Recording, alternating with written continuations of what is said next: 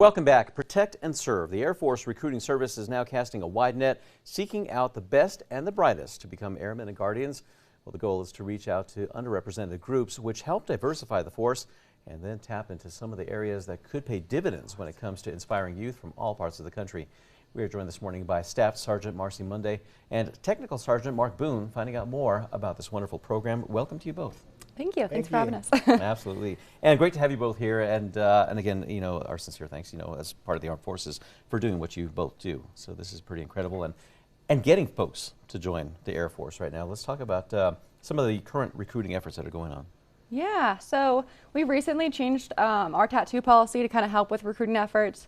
So now we do allow like a tattoo behind the neck or behind the ear on the neck, like that's less than an inch, and then also on the hand as well. So. Okay. Some updates that we've changed. Okay. Yeah. And right now, how's that going to kind of, you think, like widen the audience of potential candidates to join?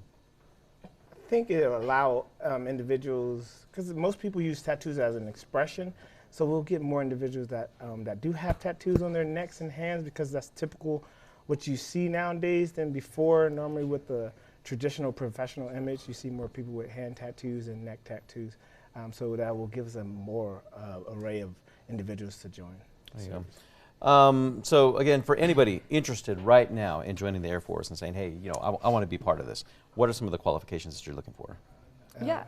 You got it? You have to be between the ages of 17 and 39. Okay. You do have to pass our ASVAB and then pass a physical exam as well. Okay. How rigorous is the physical exam? It's a little in-depth because it goes like health history-wise too, not just like how you are like currently, so sure. But it's kind of similar to like an annual checkup or like a sports physical, to be honest. Yeah. Some of the education benefits that come with you know, joining up with the Air Force, what are some of those? I do allow tuition assistance, which is $4,500 a year. We also, you can get your bachelor's degree, your master's degree while you're serving in the Air Force, completely free. And the Air Force is the largest community college in the world with over 600,000 strong, so you can get your community college degree as well. It also kind of branches out into benefits as well. Let's talk about some of the health insurance availability. For active duty members, medical and dental is completely free, so no money out of your pocket for active duty members. Yeah. So. Okay. Yeah. So again, just more incentives, and one of the biggest here, of course, is, you know, like you said, one of the biggest branches of the Armed Forces with the Air Force, correct? Yes. Yeah. Yes. And also the VA loan. So that's something that is going to be more appealing for folks out there to kind of have the government step in and take care of, right? Yeah, so the VA home loan is pretty much veteran active duty can apply for this, and it's a home loan you can get that you don't have to put like anything down. So it's zero down for a house, which is really nice because not everyone has that like 20 to 30% down right away buying that first home. So you don't have to have as big as bank account. There you go. Personal experience, I kind of want to touch on this for you both, and like we were talking about before we came on the broadcast, both a number of years in the service right now. You know, let's kind of start with you, Marcy, your time now in the Air Force. Yeah, so I've been in for 8.5 years now, and then I've been all over. I was first stationed in Germany, then I was in Louisiana, Colorado, and now I'm here. So. How about for you, Mark?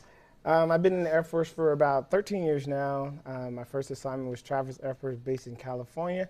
And then I went to Korea, then Turkey, then I got stationed in DC, and now I'm here in Albuquerque. It's been great. Traveled to over 39 countries around the world, so it's been a really great experience. And now the great assignment of being at Kirtland Air Force Base, where we have the land of green chili and red chili, right? Yeah. Thank you both for joining us. We appreciate it.